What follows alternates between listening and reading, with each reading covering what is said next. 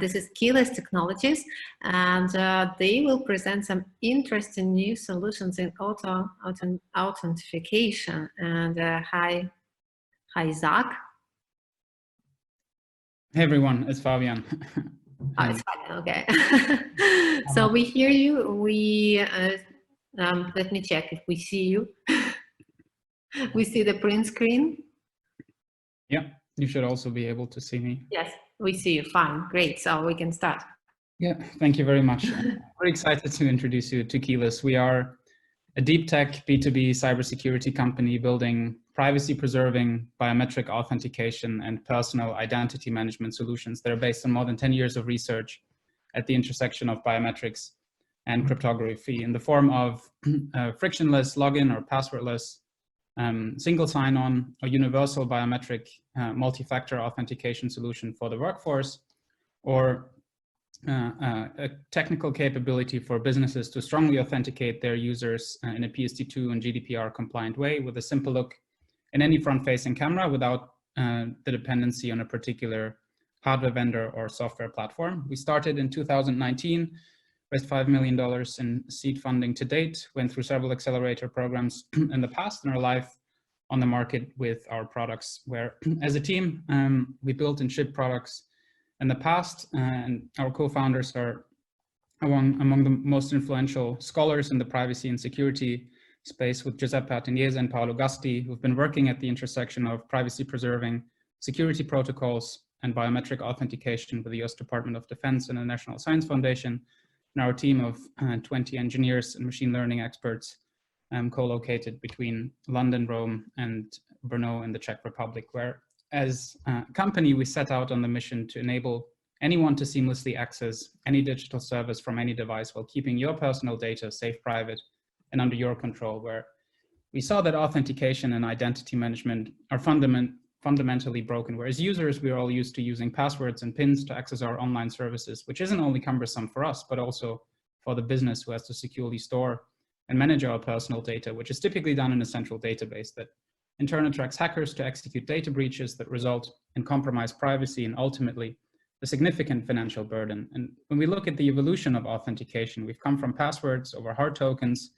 an added layer for security to soft tokens, SMS 2FA on the consumer side, to biometrics, local biometrics, as we know it from Apple's Touch and Face ID systems that partially solve the user experience issues around passwords, but come with their own and quite severe limitations around interoperability, reach, and thus penetration of these solutions to a future that we see private. And based on our team's research over the past decade, we are introducing the world's first zero-knowledge biometric authentication and personal identity management platform, where we are combining privacy-enhancing technologies with multimodal biometric authentication methods and machine learning that makes this platform that eliminates the need for businesses to store and manage passwords, biometrics, cryptographic keys, and other sensitive personal information without compromising on convenience and privacy for the user, where for an individual, there's nothing you need to remember. You authenticate with who you are. You're always in control of your personal data, which in turn also means that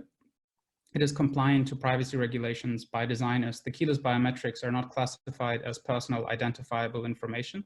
And we can achieve this through our novel distributed approach to biometric authentication that is based on a cryptographic primitive called secure multi-party computation that essentially offers multi-factor security by design, where we first verify the user's device, which can be any device with a front-facing camera. So an old iPhone without Face ID capability, an Android device, a tablet, a laptop, as a transparent factor in the background, as a possession factor, the face as a physical biometric, as the second factor, where we also ensure that you're a real human being, not a video or picture, through both passive or active liveness detection, and user behavior modeling in the form of behavioral biometrics as a third factor to harden the security in the authentication process, assuring privacy end-to-end in the process that we see as the foundation for disrupting authentication and identity management across sectors in use cases where at present we're very focused on passwordless authentication in the enterprise, where we position ourselves uniquely in the market, combining the user experience and interoperability benefits of cloud solution providers who offer biometric authentication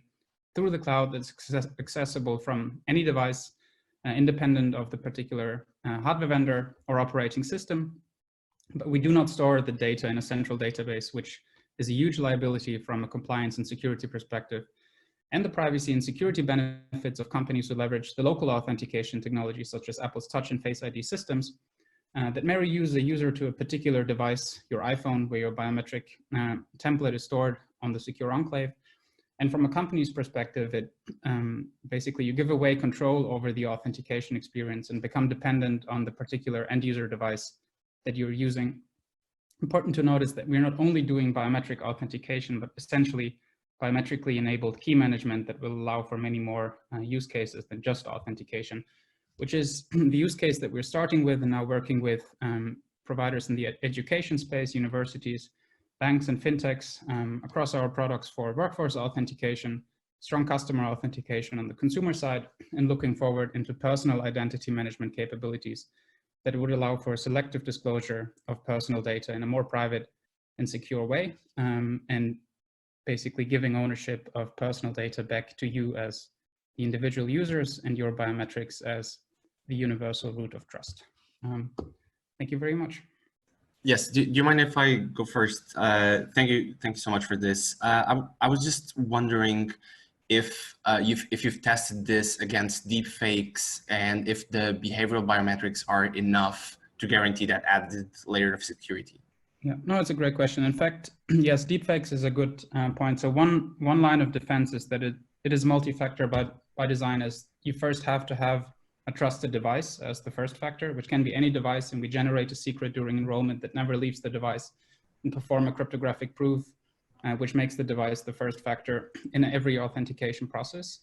In the facial recognition as an independent second factor, we also verify for liveness, which in turn, yes, there are deepfakes. What we're doing with deepfakes is we're using generative adversarial networks, the underlying technology behind deepfakes, to generate pictures in a privacy preserving manner, which when you think of biometric authentication is a huge limitation when it comes to availability of data sets and the bias for certain ethnicities, oftentimes white people and white celebrities as that's publicly available data sets. If you think of different ethnicities, age, biometric data is very biased. So we're using this technology to train the biometric engine. So you have a physical biometric, and then as a third layer, you have the behavioral element, and you cannot perform any authentication if you don't have all of this, as in one of your trusted devices, your fresh live sample of your physical biometric, the face that you present,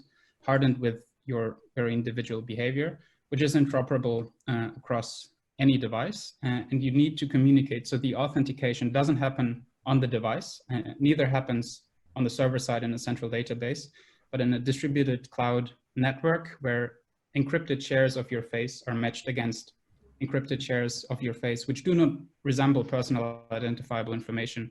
At the very time when you present your face into the camera, it all looks and feels like Face ID, but nobody other than you has the ability to access and recombine both biometrics in the authentication flow, and at the end, your secret as a private key that you can then use to log into a service, authorize a payment, etc. Okay, understood. Thanks. Fabian, I was just wondering, what's the average size of the contract that you're targeting? Because I believe that I read somewhere that you guys want to achieve 50 million top line revenue in 5 years. So I was just wondering, how many clients do you need to get there? Okay, I mean, that's dependent on the number of users. It's different for the on the workforce and consumer side. On the workforce side, it's typical to multi-factor authentication solutions. You can think of $5 per employee per month and scale that by the number of employees. Obviously a discount depending on the size of the workforce, and on the consumer side, very similar. But you could think of solutions like Duo Security and others who've been successful in that space. And on the consumer side, it starts from €1 per user per month down to a fraction of €1, depending on the size of the particular user base, which obviously is larger than the typical workforce that an enterprise has in place. So you sign a university, right? How does it work, the pricing? Like, do you charge per student? Yeah. So we went live with the university in Italy together with our partner Cisco to allow their students to sit remote exams virtually. So there's 10,000 students who use Keyless for the summer exams, multiple thousands of authentication each day. and that is by number of student. Yeah, one of them is my brother, actually, who studied at Lewis University. Fabian, could you describe a little bit, you said it's a partnership with Cisco. Could you describe a little bit about what they do and how you're working with them? Yeah, so the exams run on Cisco WebEx as the video conferencing tool, and we provide the authentication in the Microsoft Active Directory federated services that links into Cisco and WebEx. And we, essentially partnered with Cisco on a technology partnership for, projects in the very same space with other customers, which I can't, name and share, but it's a technology partnership, joint go-to-market.